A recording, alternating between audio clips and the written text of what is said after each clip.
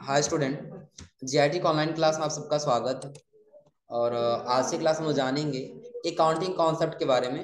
क्योंकि देखिए पिछली क्लास हम लोग लगभग कुछ आगे तक पढ़ लिए थे, ये 8 या 9 तक, ये रियलाइजेशन तक पढ़ लिए थे हम लोग ना। लेकिन एक बार और रिवाइज कर रहे हैं, समझ लिए कैसे हमको ये समझना हो। देखिए जहाँ पे सबसे पहले अगर जो क्वेश्चन ये है मनी मेजरमेंट कॉन्सेप्ट, तो बिल्कुल सिंपल हम ये जवाब देंगे कि अगर हमारा कोई बिजनेस है और हम अपने बिजनेस में कोई भी ऐसे ट्रांजेक्शन कर रहे हैं जिसमें मनी इन्वॉल्व है, अमाउंट इन्वॉल्व है, वही ट्रांजेक्शन की एंट्री करेंगे तो वही प्रोसेस हमारा क्या कहलाएगा, मनी मेजरमेंट कॉन्सेप्ट कहलाएगा। अब ऐसे ट्रांजेक्शन की एंट्री नहीं करेंगे जिसके अंदर कोई मनी इन्वॉल्व नहीं आ रहा, समझे ना। तो वो कौन सा कॉन्सेप्ट कहलाएगा, मनी मेजरमेंट कॉन्सेप्ट। ये समझ आएगा, याद रहेगा ना। क्या कि ऐसा ट्रांजेक्शन, हम ये कह सकते हैं हमारे बिजनेस का ऐसा ट्रांजेक्शन कि जिसके बीच मनी इन्वॉल्व हो, वही ट्रांजेक्शन हमको रिकॉर्ड करना है, ना कि जिसके अंदर कोई मनी इन्वॉल्व ना हो। वही हमारा कौन सा कॉन्सेप्ट कहलाएगा, मनी मेजरमेंट कॉन्सेप्ट। याद रहेगा। अगला क्या दिया है, सेपरेट एंटिटी कॉन्सेप्ट। बस जहां पे सेपरेट एंटिटी का मतलब आ गया, बस दो कोई एक बिजनेस है उसमें दो एंटिटी मानकर ही बिजनेस करेंगे, एक बिजनेस का अलग और एक बिजनेस के मालिक का। वही कौन सा कॉन्सेप्ट है, separate entity concept. Going concern concept, going concern concept हम क्या बताए थे। हम ये बिल्कुल ले लेंगे अपने ऊपर, क्या कि हमारा एक बिजनेस है और बिजनेस हमको चाहे कोई गुड्स खरीदना हो या फिर बिजनेस हमको स्टार्ट करना हो, हम यह मानकर ही बिजनेस स्टार्ट करेंगे कि जो हमारा बिजनेस है या फिर वो वस्तु है वो लंबे समय तक के लिए काम करेगा। वही हमारा कौन सा कॉन्सेप्ट कहलाएगा, गोइंग कंसर्न। आ रहा समझे ना। उसके बाद अगला क्या दिया है, कॉस्ट कॉन्सेप्ट। कॉस्ट का दूसरा नाम बताया तो क्या होगा, हिस्टोरिकल कॉन्सेप्ट होता है कि अगर आज हम कोई गुड्स खरीद लेंगे और 2 साल या 4 साल बाद अगर हमसे वो रेट पूछा जाएगा तो जितना हम खरीदे वही उसकी ओरिजिनल कास्ट ही बताएंगे। वो हमारा कौन सा कॉन्सेप्ट है, कॉस्ट। ये बताए थे ना। अगला डुअल एक्सपेक्ट कॉन्सेप्ट, जिसका नाम में पहले ही दे दिया डुअल। ट्रांजेक्शन करेंगे तो दो पक्ष होंगे, दो पक्ष कौन कौन सा, एक डेबिट और दूसरा क्रेडिट। हमेशा डेबिट पक्ष की वैल्यू क्रेडिट पक्ष की वैल्यू हमेशा क्या होती है, बराबर होती है। जैसे वो जो पूछा जाए कोई एग्जाम्पल होता है, जैसे हम बिल्कुल सिंपल उदाहरण देंगे, जैसे कुछ हम कोई गुड्स खरीदे तो जितना हम गुड्स रिसीव किए हैं सेम वही वैल्यू हम उसको पेमेंट करेंगे। वही हमारा क्या है, डुअल एक्सपेक्ट कॉन्सेप्ट। आ रहा समझे ना। और अगला हम बताए थे क्या, पीरियोडिसिटी कॉन्सेप्ट। पीरियोडिसिटी कॉन्सेप्ट का मतलब क्या होगा, हमारा एक बिजनेस है और उस बिजनेस हम क्या करेंगे, जितने भी ट्रांजेक्शन उन सबका एक स्टेटमेंट, एक रिपोर्ट तैयार करेंगे, चाहे हम मंथली करें, क्वार्टरली करें या ईयरली करें। हमारा पीरियोडिसिटी कॉन्सेप्ट क्या है। या हम ये कह सकते हैं हमारे बिजनेस में, हम बिजनेस में अपने क्या करें, एक टाइम पीरियड के बाद एक स्टेटमेंट तैयार करें, वही प्रोसेस हमारा क्या है, पीरियोडिसिटी कॉन्सेप्ट है। अगला तेरा ऑब्जेक्टिव एविडेंस कॉन्सेप्ट। तो बिजनेस में कोई भी ट्रांजेक्शन करेंगे तो ट्रांजेक्शन का जो एक इनवाइस मिलेगा वो एक एविडेंस का काम करेगा, वही क्या कहलाएगा, objective evidence. Matching concept, matching concept क्या बताए थे कि एक्सपेंस और रेवेन्यू का मैच कराना कंपलसरी होता है, जिससे बिजनेस का एग्जिट प्रॉफिट निकल करके आता है। जैसे उदाहरण में क्या हुआ कि अगर हमारा बिजनेस है, हम अपने बिजनेस में फैक्ट्री रेंट 10,000 दिए, 90,000 अन्य कोई खर्च कर दिए और वो 1 लाख खर्च करने के बाद हम 2 लाख कमाए, तो उसमें से हमारा 1 लाख क्या होगा, प्रॉफिट हो। जो हम क्या करेंगे, प्रॉफिट बराबर रेवेन्यू माइनस एक्सपेंस। ये बताए थे ना। और अगला हम बताए थे कौन सा है, रियलाइजेशन कॉन्सेप्ट। अब कह रहे इसमें इस कॉन्सेप्ट के अनुसार रेवेन्यू को इनकम के रूप में उसी डेट को कंसाइडर किया जाएगा।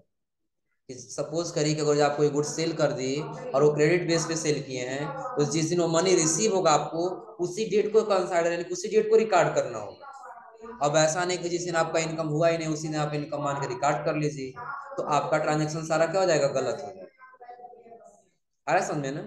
और उसके बाद अगला हमारा आता है क्या, लीगल एक्सपेक्ट कॉन्सेप्ट। अब इसमें देखिए कह रहा है इस कॉन्सेप्ट के अनुसार सभी अकाउंटिंग रिकॉर्ड और स्टेटमेंट लीगल रिक्वायरमेंट के अनुसार होना चाहिए, अर्थात लॉ के निर्धारित नियम के अनुसार होने चाहिए। आप जो भी अकाउंटिंग ट्रांजेक्शन करेंगे ना, वो ट्रांजेक्शन लीगल रिक्वायरमेंट, कानून के जैसे रिक्वायरमेंट होगा, जैसे आवश्यकता पड़ेगा उसी प्रकार से वो होने चाहिए।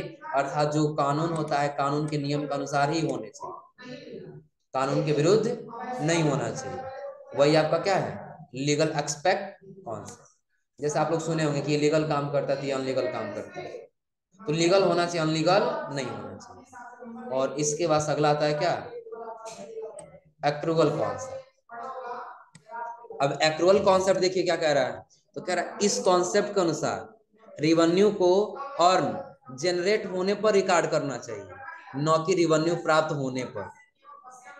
इसका मतलब समझिए, अगर जो आपका बिजनेस है और अगर जो आज आप कुछ सेल कर दिए हैं, इसके पहले वाले हम पढ़े थे कौन सा, ये रियलाइजेशन वाला। अब इसमें क्या था, जिस दिन इनकम होगा उसी दिन को रिकॉर्ड करना। उसके साथ साथ ये भी कह रहा है कि अगर जो आपका कोई ऐसा ट्रांजेक्शन जिसमें कुछ अर्न जनरेट हो रहा है, अर्न जनरेट का मतलब क्या हुआ, अर्न का मतलब होगा इनकम। अगर जो आज हम 10 रुपए कोई गुड्स सेल कर दिए हैं, तो आज अगर हम सेल किए तो ये हमारा आज ही अर्न जनरेट हुआ है ना, आज से स्टार्ट हो गया हमको ये अर्न। अब अगर ये इनकम रेवेन्यू न मिला हो, लेकिन फिर भी कहीं ना कहीं ट्रांजेक्शन हम लिख देंगे, आ रहा समझे ना। अब वही कह रहा है कि अर्न जनरेट होने पर रिकॉर्ड करना चाहिए, न कि रिवेन्यू प्राप्त होने पर। अब ये नहीं वेट करेंगे कि जब हमको इनकम मिलेगा तब जाकर हम उसका अलग रिकॉर्ड करेंगे, आ रहा समझे ना। सपोज कि 10 रुपए का आप सेल कर दिए, जब मिलेगा वही तो रिवेन्यू कहलाएगा ना। तो ऐसा नहीं है कि हम बेच दिए तो अभी रिकॉर्ड नहीं करेंगे, वो जिस दिन देगा उस दिन हम रिकॉर्ड करेंगे, जिस दिन देगा उस दिन रिकॉर्ड करेंगे, उसके पहले किए ही नहीं। बाद में कह दे कि नहीं हम आपके यहाँ से नहीं खरीदे हैं, तो हमारे पास कोई लीगल रहेगा, हमारे पास कोई रिक्वायरमेंट नहीं रहेगा ना, कोई एविडेंस रहेगा। तो पहले जिस दिन लिया उसी दिन हम रिकॉर्ड कर लेंगे। कह रहा है करना चाहिए ठीक उसी प्रकार एक्सपेंस होने पर रिकॉर्ड करना चाहिए, न कि एक्सपेंस का पेमेंट करने पर। अर्थात ट्रांजैक्शन को इनकम अर्न होने पर रिकॉर्ड करना चाहिए और एक्सपेंस को खर्च होने पर रिकॉर्ड करना चाहिए। जैसे कुछ हमारा बिजनेस है और अगर जो इनकम हमारा इस समय बन चुका है, चाहे कल मिले या परसों मिले, कभी ना कभी तो मिलेगा ही, उसको तुरंत रिकॉर्ड कर लेना चाहिए। आ रहा समझे ना।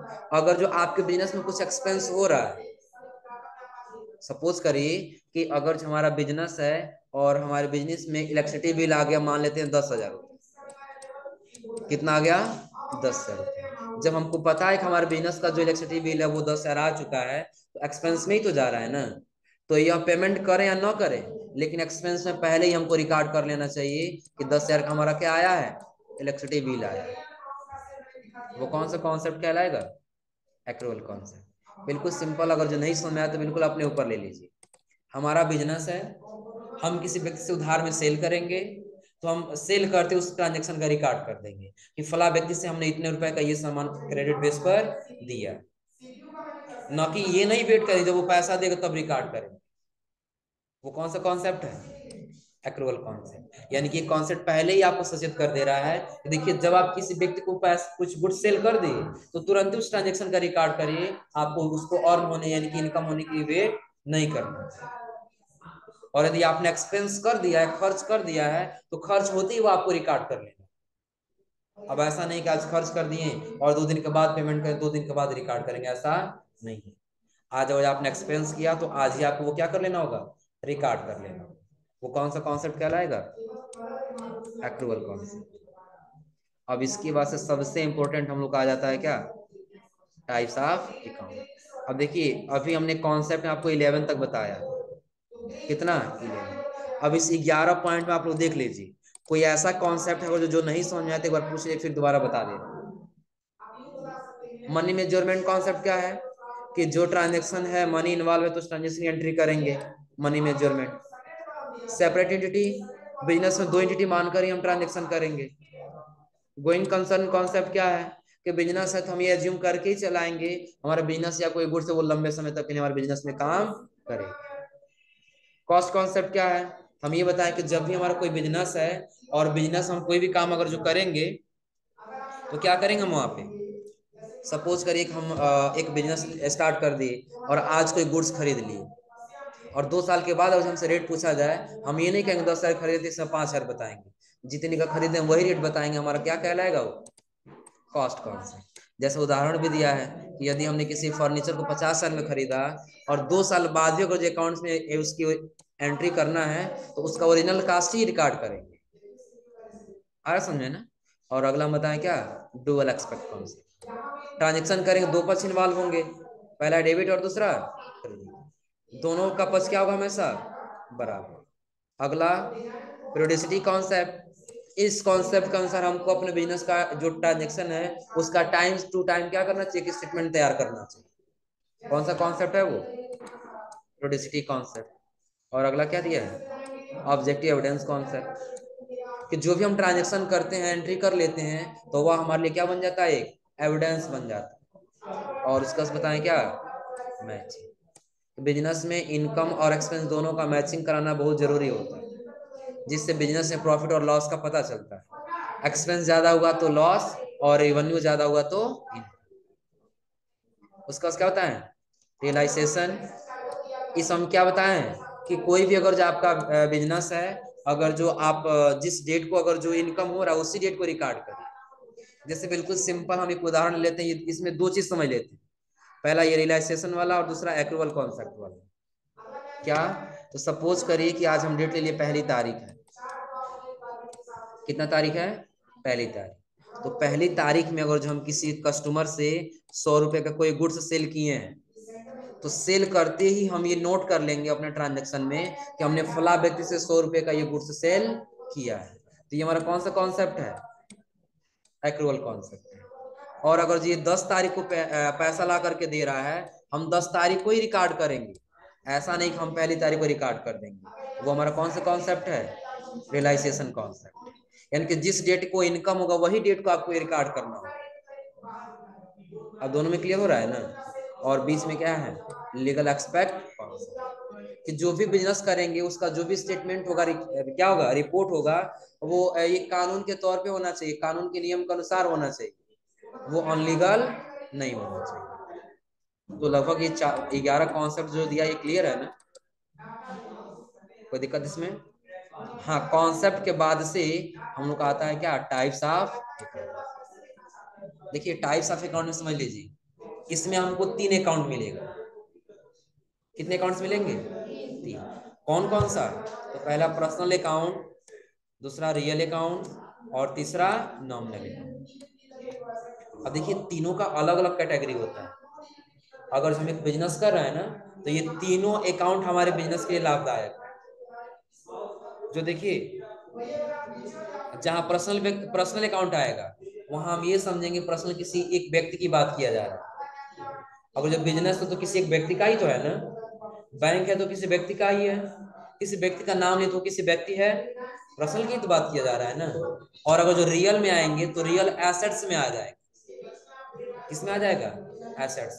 और एसेट्स क्या होता है, ये आप लोग पढ़े हो, क्या होता है एसेट्स। बाकी लोग बताइए, बाकी लोग सिर्फ कथा कहानी सुन रहे हैं। एसेट्स क्या होता है, ना बताएंगे, ना सुनेंगे, ना समझेंगे। क्या होता है एसेट्स जी,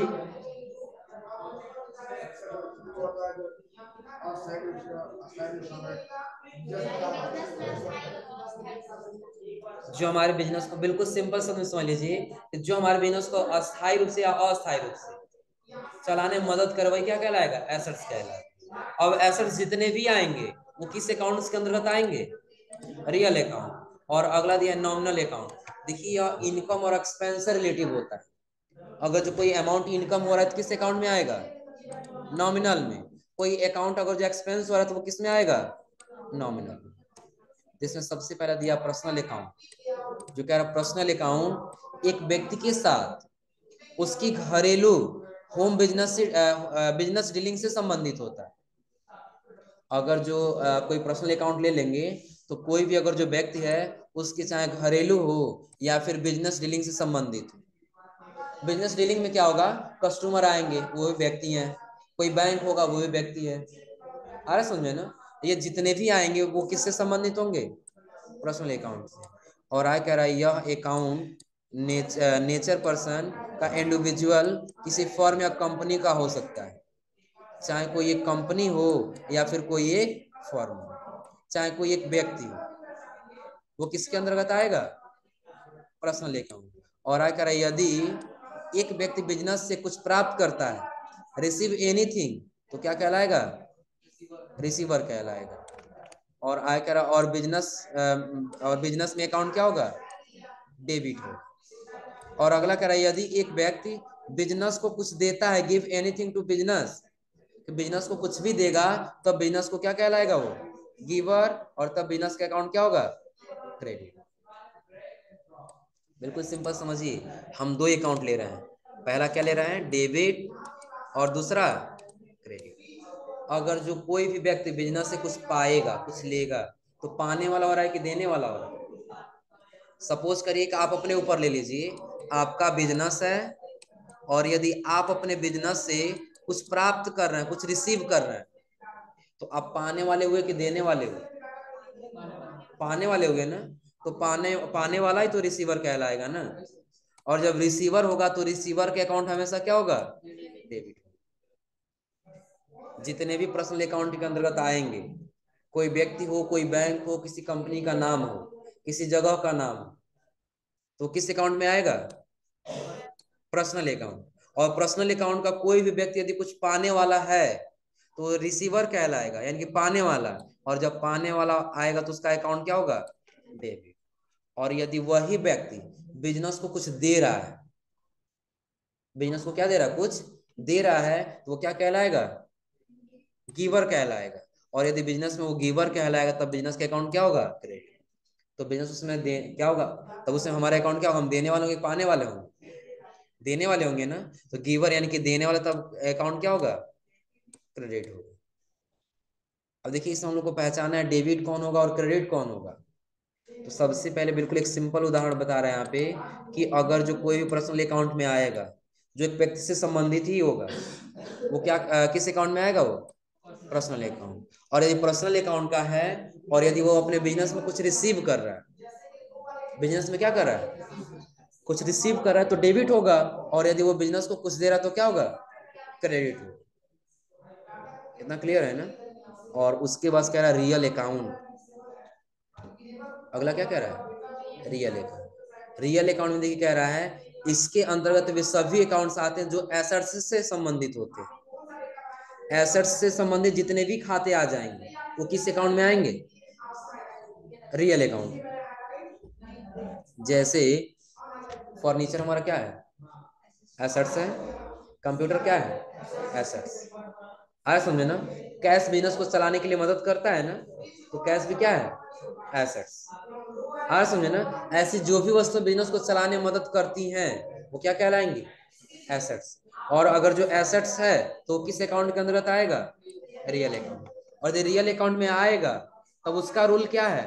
तो यदि एसेट्स बिजनेस में आता है तो डेबिट, और अगर जो व्यापार से जाता है तो हमारा बिजनेस है, और हम अपने बिजनेस में अगर जो एक फर्नीचर खरीदे हैं, जब फर्नीचर खरीदे, फर्नीचर हमारे बिजनेस में आया है कि गया है? आया है। तो उसका फर्नीचर के अकाउंट डेबिट होगा क्रेडिट? डेबिट होगा। क्योंकि जब कोई कुछ बिजनेस में आता है तो क्या होता है? और वही फर्नीचर हमारे बिजनेस से जा रहा है तब क्या होगा? क्रेडिट। क्लियर हो रहा है। रियल अकाउंट किसके खाते हैं? एसेट से संबंधित। और एसेट्स में कब डेबिट होगा, कब क्रेडिट होगा? तो जब बिजनेस में कुछ आएगा तो डेबिट, और बिजनेस से जाएगा तो क्रेडिट। और तीसरा अकाउंट कहता है नॉमिनल अकाउंट। तीसरा हमारा क्या कहता है? Nominal account. और नॉमिनल का रूल क्या है? तो कह रहा है ये अकाउंट बिजनेस, ये अकाउंट जितने भी होते हैं वो बिजनेस के किससे?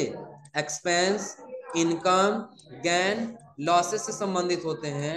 और आकर यदि बिजनेस को चलाने में, बिजनेस को चलाने में यानी कि रन या मैनेज करने के लिए एक्सपेंस होता है तो उस एक्सपेंस का अकाउंट क्या होगा?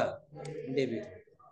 और यदि बिजनेस में कोई सर्विस प्रोवाइड करने से अथवा हायर बिजनेस एसेट से इनकम होती है तो उस इनकम का अकाउंट क्या होगा?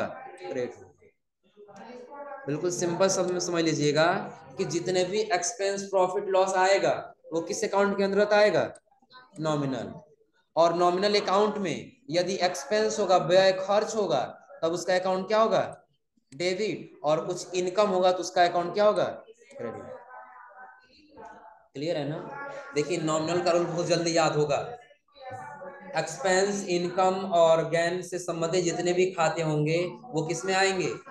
नॉमिनल में। और नॉमिनल का रूल क्या है कि जब हमारे पास एक्सपेंस हो रहा है, खर्च हो रहा है, तो डेबिट, और जब वही हमारे पास इनकम हो रहा है, हमारे पास मिल रहा है, तो क्या होगा? क्रेडिट। आ रहा समझ में ना? सबसे पहला क्या होता है? Personal account. क्या होता है? Personal account. पर्सनल अकाउंट में हम बताएं बैंक भी आ जाएगा। क्या आएगा? बैंक। एक सिंपल उदाहरण समझिए, हम लोग बैंक में पैसे जमा करते हैं ना, किस में जमा करते हैं? बैंक में। तो जब बैंक में जमा करना, तो कितने व्यक्ति हो गए? दो व्यक्ति हो गए, एक हम और एक हमारा बैंक। दो व्यक्ति हो रहे हैं ना, एक हम हो गए, मान के चलिए हम कैश जमा कर रहे हैं। क्या जमा कर रहे हैं? कैश। और किस में जमा कर रहे हैं? बैंक में जमा कर रहे हैं। तो बैंक में जब जमा कर रहे हैं, तो बैंक पाने वाला हो रहा है कि देने वाला हो रहा है? पाने वाला। तो उस समय बैंक का अकाउंट क्या होगा? डेबिट होगा, क्योंकि क्या हो रहा है? पाने वाला। और कैश जो है उसका अकाउंट क्या होगा? तो देखिए हम बताएं, कैश किस क्या है? एसेट्स है ना, और एसेट्स किस में आएगा? रियल में आएगा। एसेट्स किस में आएगा? रियल में। और रियल का रूल क्या है कि जब बिजनेस में आएगा तो डेबिट करिएगा, और जाएगा तो क्रेडिट। तो जब हम जमा कर रहे हैं तो क्या होगा? ये क्रेडिट। तो क्या जब हम जमा करते हैं बैंक में अकाउंट, हमारा account your account has been credited आता है ना, क्योंकि उस समय हमारा अकाउंट क्या होता है? क्रेडिट। क्योंकि उस समय हम देने वाले हैं, बैंक में हमें पैसा दिए हैं, उससे हमारा अकाउंट क्या होता है? क्रेडिट। और वही जो पैसा निकालते हैं तो हमारा अकाउंट क्या होता है? डेबिट। क्योंकि अब उस समय हम क्या हो रहा है? पाने वाले, और बैंक क्या हो रहा है? देने वाला। तो देने वाला हुआ है तो उसका अकाउंट उस समय क्रेडिट होगा, और तब हमारा अकाउंट क्या होगा? डेबिट। इतना क्लियर है ना? तो अभी हमने आपको कितना अकाउंट बताया? कौन कौन सा? पर्सनल, रियल और नॉमिनल। पर्सनल अकाउंट में किस प्रकार के खाते आएंगे? तो एक व्यक्ति से संबंधित, और उस व्यक्ति से संबंधित जितने भी खाते आएंगे, तो अगर जो वो देने वाला है तो क्रेडिट, और पाने वाला है तो डेबिट। और रियल अकाउंट किससे संबंधित खाते आएंगे? एसेट्स से। और एसेट्स से बिजनेस में आ रहा है तो डेबिट, और जा रहा है तो क्रेडिट। और नॉमिनल अकाउंट किससे संबंधित है? इनकम, एक्सपेंस और गेन से। और इनकम हो तो क्या होगा? क्रेडिट। और एक्सपेंस होगा तो डेबिट। तीनों अकाउंट क्लियर है ना? अब देखिए यही अकाउंट एक बार और समझाया है नीचे, जिसको हम लोग बोलते हैं गोल्डन रूल। क्या बोलते हैं इसको? Golden rule. गोल्डन रूल में देखिए तीन अकाउंट दे रहा है ना, पर्सनल अकाउंट, रियल अकाउंट और नॉमिनल अकाउंट। पर्सनल अकाउंट क्या कैसा खाता है? व्यक्तिगत खाता है। जैसे किसी व्यक्ति का खाता हो गया, जैसे एग्जांपल दिया राम रहीम। इंस्टीट्यूट का खाता हो जाए किसी संस्था का, जैसे एग्जांपल के तौर पे दिया है गवर्नमेंट पॉलिटेक्निक अकाउंट। फॉर्म किसी कंपनी का अकाउंट हो जाए, जैसे अमित ट्रेडर्स दिया है। कंपनी अकाउंट जैसे एसपी इंडिया प्राइवेट लिमिटेड हो गया। बैंक अकाउंट जैसे PNB account, SBI account. Capital आप लोग पढ़े हैं ना, जब कोई बिजनेस का मालिक बिजनेस में पैसा लगाता है तो वो क्या कहलाता है? कैपिटल। तो एक व्यक्ति से संबंधित ही तो है ना, तो किस अकाउंट में आएगा? पर्सनल। और अगला कह रहा है ड्राइविंग, बिजनेस का मालिक से ही तो संबंधित है ना, तो पर्सन ही है, तो किस में आएगा? पर्सनल अकाउंट में। और उसके बाद दिया पैलेस, किसी जगह का नाम हो, जैसे एग्जांपल के तौर पे पडरौना अकाउंट। किसी जगह का नाम ले लें तो भी तो एक पर्सनल ही तो हो गया ना, तो उसका भी अकाउंट किस में आएगा? पर्सनल अकाउंट में। और पर्सनल अकाउंट का रूल क्या है? देने वाला है तो क्रेडिट, और पाने वाला है तो डेबिट। क्लियर है ना? अगला कह रहा है क्या? Real account. रियल अकाउंट किससे संबंधित है? एसेट्स से। और एसेट्स क्या कह रहा है? लैंड अकाउंट हो सकता है, जैसे भूमि या जमीन का खाता, भवन का खाता यानी बिल्डिंग्स अकाउंट, फर्नीचर हो सकता है, कंप्यूटर हो सकता है, मशीनरी हो सकता है, कैश, इन्वेस्टमेंट। अगर जो हम किसी बिजनेस में पैसा इन्वेस्ट किए हैं तो इन्वेस्टमेंट एक प्रकार का एसेट्स ही तो है ना। नहीं इन्वेस्ट किए तो नहीं बिजनेस चलता, इन्वेस्ट किए तो बिजनेस को चलने में मदद कर रहा है, वो क्या है हमारा? इन्वेस्टमेंट। अगला व्हीकल अकाउंट, वाहन का खाता। कोई आपके पास वाहन है, सपोज करो हमारा डिलीवरी का बिजनेस है, हम गुड्स यहाँ से लेते हैं और कहीं ला करके डिलीवर कर देते हैं। अगर जो वाहन नहीं होता तो हम डिलीवर कर पाते, तो वो भी हमारे हमारे लिए क्या है? एसेट्स। अदर कोई एसेट्स दिया, जैसे other assets having life more than 1 year. ऐसे और भी एसेट्स हैं जो जिनका मैक्सिमम ईयर 1 साल से क्या है, अधिक है, वो किस प्रकार के अकाउंट्स में आएंगे, एसेट्स में, एसेट्स किससे, रियल अकाउंट्स में। और रियल अकाउंट का रूल क्या है, जो धन या वस्तु बिजनेस में आए तो डेबिट और जाए तो क्रेडिट। और जो कोई धन या वस्तु हमारे बिजनेस में आ रहा है तो क्या होगा, डेबिट होगा, और यदि जाएगा तो क्या होगा, क्रेडिट होगा। क्लियर है ना। और फिर इसका अगला क्या दिया है, ये नॉमिनल अकाउंट्स। नॉमिनल किससे संबंधित है, income, expense, profit and loss. जैसे पहला दिया है सैलरी, वेतन, सैलरी अकाउंट। आप किसी को सैलरी दे रहे हैं तो इनकम हो रहा है कि एक्सपेंस, एक्सपेंस हो रहा है ना। अगला दिया है प्रचार प्रसार, एडवर्टाइजमेंट अकाउंट। कहीं प्रचार प्रसार करवाते हैं, इनकम होगा, एक्सपेंस होगा, एक्सपेंस होगा।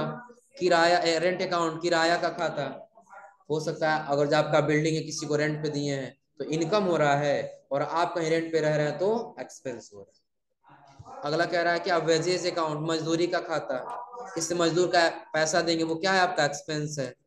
पोस्टेज खर्च, डाक खर्च, कुछ खर्च ऐसे हैं, जैसे सपोज करिए हमको हम पडौना गोरखपुर कोई सामान खरीदे थे, गुड्स आ गया था लेकिन हमारा इनवाइस नहीं आया था, तो इनवाइस को हम डाक द्वारा मंगा लिए, उसमें कुछ खर्च चला गया, एक्सपेंस ही तो है ना।